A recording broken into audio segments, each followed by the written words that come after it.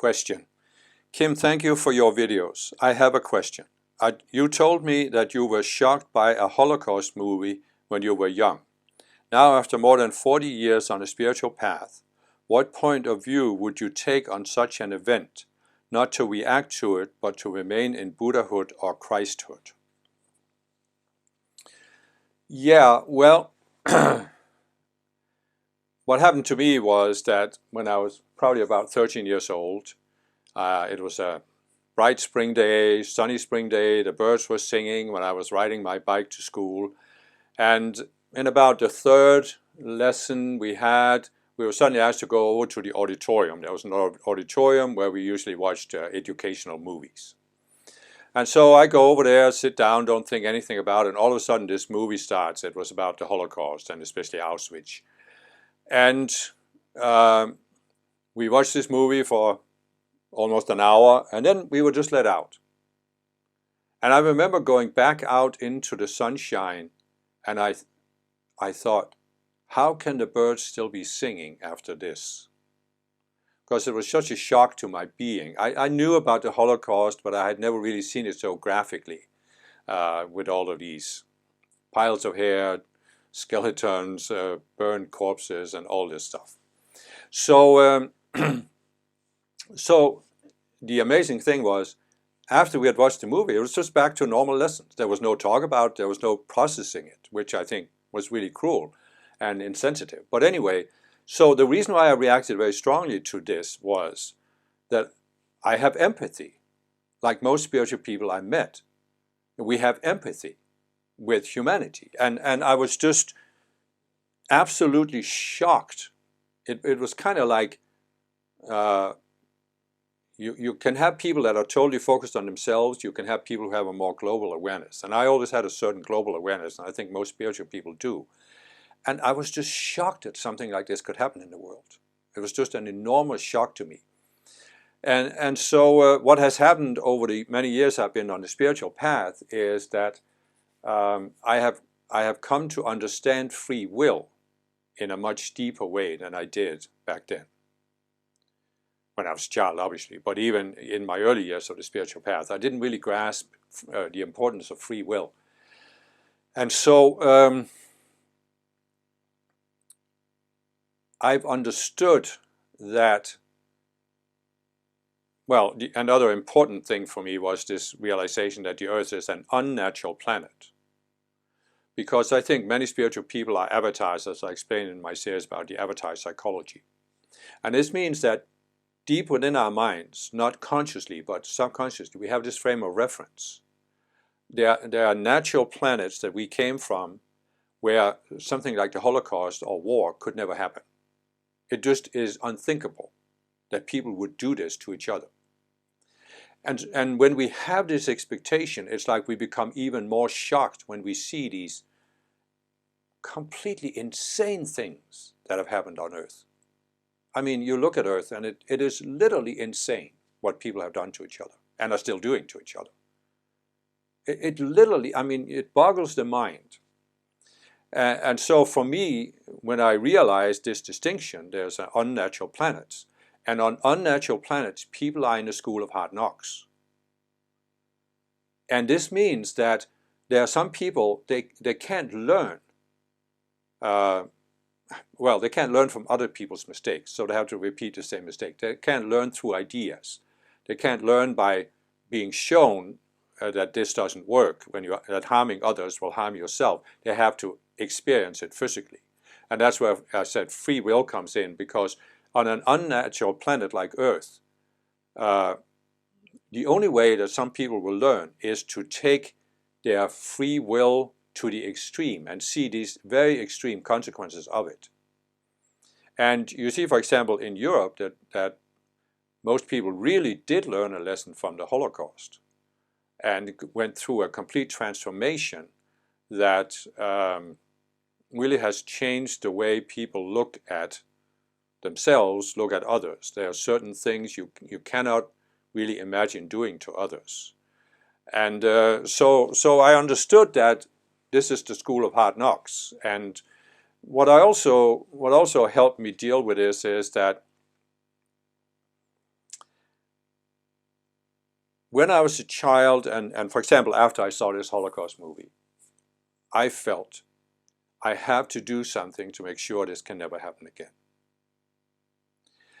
And I realized, of course, that this means persuading other people, I mean, changing other people's state of mind so that they would not allow this to happen. But as I experienced, both as a teenager and as an adult, it's very difficult to change other people's state of mind. And that again ties in with the School of Hard Knocks, because when people are in this state of mind where they won't listen to a higher wisdom, a higher awareness, they can only learn by seeing the physical consequences. There's nothing you can say. So that's what I came to realize when I understood free will, that I had a false sense of responsibility. That and this is typical for avatars. You feel you are here to do something good. You're here to help the earth overcome suffering, war, and these kind of things. But you are experiencing that you can't reach people. They won't listen to you anyway. And that's because they're in the School of Hard Knocks. And so what that enabled me to do was give up this false sense of responsibility, that I'm responsible for other people's choices. And really what this has done to me is that it's helped me get out of this dynamic I was in, where I felt, number one, I had a responsibility to persuade other people. Number two, if I couldn't, it was my fault. There was a flaw in me. I wasn't good enough. I wasn't good enough coming up with these arguments. I wasn't good enough at reasoning with people. I really felt, to put it in the extreme, there was a part of me that felt that if I had personally met Hitler in the 1940s, early 1940s, I should have been able to persuade him with arguments that what he was doing was wrong and he should stop the Holocaust. That was really what I felt, that this was my responsibility. And if I couldn't have done it, it was on me. It was my fault. I wasn't good enough to coming up with an argument. So when I understood the whole equation of free will and unnatural planet and the School of Hard Knocks, I realized there was nothing that I could have said that would have persuaded Hitler. There was nothing anybody could have said. I even realized that not even the ascended masters could have come up with an argument that would have persuaded Hitler. And that meant that I felt this, at one point I felt this release of this sense of responsibility, because this sense of responsibility was really a subconscious self that I had created, probably back when I came to Earth and was exposed to the birth trauma, as I talk about in this series about the avatar psychology. So if you feel any of this resonates with you, then watch that playlist, Avatar Psychology. So anyway, so I felt this release at some point, that I didn't have to, first of all, feel responsible, or second of all, judge myself for not being able to do the impossible, because it was impossible because of the law of free will. And I just simply had to not feel responsible for the hard knocks that other people are creating for themselves. But this also meant that there came a point where I realized that I don't have to feel, and in fact can't allow myself to feel empathy for people's suffering when it is self-created. I just can't. And so what I would say is that when I was young, I was what you typically call an empath. I had too much empathy for other people. And now I have swung to a more balanced state. I won't say I have gone to the narcissistic state of having no empathy and not caring about other people, but it's much more balanced than it was. And so that's why there are some people where I simply have to look at them and say, okay, are they willing to listen to anything I say? And if they are not, then I can't feel responsibility. I can't feel empathy for their suffering. If they asked me for help, I would obviously give it. It's not that, that I take pleasure in people's suffering or that I'm insensitive to it. But it's just that what I realized is if I can't do anything about a particular group of people, I don't need to put my attention on it. It's like when you're an empath, it's almost like you feel, at least that's what I recognize in myself, that if other people are suffering, I have to be sensitive to their suffering. I'm not suffering the same way they do, but I am suffering because they're suffering. But I realized, how does that help them? How does it help them that I'm suffering? And that's when I realized that, as the Ascended Masters explained many times, there's a collective consciousness on Earth. And the only way things are going to change on Earth is to raise the collective consciousness. I'm in physical embodiment. I'm part of the collective consciousness.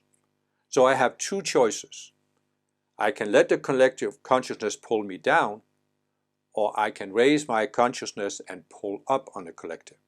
And when I'm going into this empathetic response feeling, I have to feel bad because other people are suffering, I'm letting the collective consciousness pull me down, and that is not helping raise the Earth. It's not helping solve the problem. So I realized that the only way to really help change things on Earth is that I raise my own consciousness so I can pull up on others. And then, of course, at some point I realized part of my life plan is to help other people raise their consciousness by bringing forth the teachings from the Ascended Masters and making them available to people. And so the way I look at it is that we have all of these spiritual people on Earth. And I've seen so many spiritual people over the years who are in a particular movement, they have a particular guru, and they go into this missionary mindset. They're thinking, if only we can convert everybody to follow our guru, we can solve the problems on Earth. But that's not really what does it. What does it is that all of these people in their individual groups, I'm not saying everybody has to follow the same, but that they are raising their consciousness individually and as a group. And thereby, we are all pulling up on a collective. That's what is ultimately going to change things on Earth. It doesn't mean that we can't speak out about specific problems if that's in our life plan, which it is for many people. But I'm just saying that what I realized is that instead of focus on changing other people so they don't suffer, I need to focus on raising my own consciousness, and that pulls up on the whole. And that's what really is going to have an effect, so that we will come to a point where things like the Holocaust or things like war are simply no longer possible, because the collective consciousness is such a high level that it can't happen anymore. And it's just like my example I've used many times. There were, for thousands of years, you only had dictatorships. And suddenly, democracy emerges. And that's because a critical mass of people had raised their individual level of consciousness to where they could realize that there must be something called human rights that are not defined by any dictator, but that are beyond anything on Earth. And this is important. And this pulled up on a collective until there was this, because you see in the 1800s how many, many countries at the same time, or within a short period of time, they changed and became democracies. And that's what I'm saying. First, there was an individual raising, some group of individuals raised their consciousness, and then it pulled up on a collective, and all of a sudden, many countries could accept democracy as, and this is how changes happen in general. There are many other examples of it, even technology. Suddenly it's a new technology emerges and it changes things. So I'm just saying, I came to realize that yes, you can go in and look at what's happening on the Earth right now. Wars here, wars there, this, that, and that. And you can go into a negative frame of mind and focus on all the problems. Or you can instead focus on raising your consciousness and thereby raising the whole.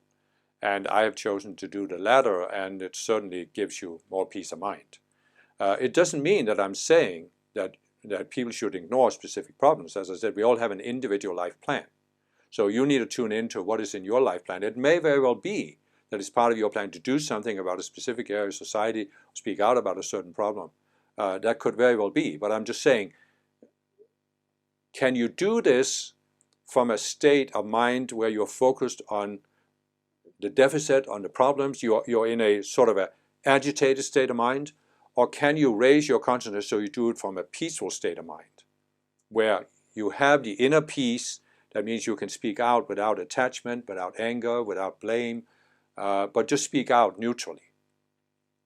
And by going through the transformation I'm talking about here, you can come to a point where you can speak out. And I think this is what will really start changing things in the coming decades, that there are more and more people who simply speak out neutrally, where you're not speaking out against other people or blaming them or this or that, but you are just speaking out. For example, these are the consequences of these actions, and or so forth. You just find a neutral way to speak instead of this emotionally charged, blaming, projecting that other people are the problem. It's this, again, you can say, do unto others what you want them to do to you. You're not blaming others. It's like, what is democracy really? It's a form of government or society where we can talk about our problems instead of fighting with each other. And we do that best if we don't blame each other, but we can just talk neutrally about it. So anyway, I'm going off on a tangent here, but I'm just saying, raising my own consciousness is actually doing something to raise the whole. And that's what I realized, and that's when I was able to really let go of this emotional reaction that I had had so far, where I felt so inadequate because I couldn't solve the world's problems, basically. And I realized that I'm not here to solve the world's problems. I'm actually here to shine a light that makes it easier for people to see how to solve their problems.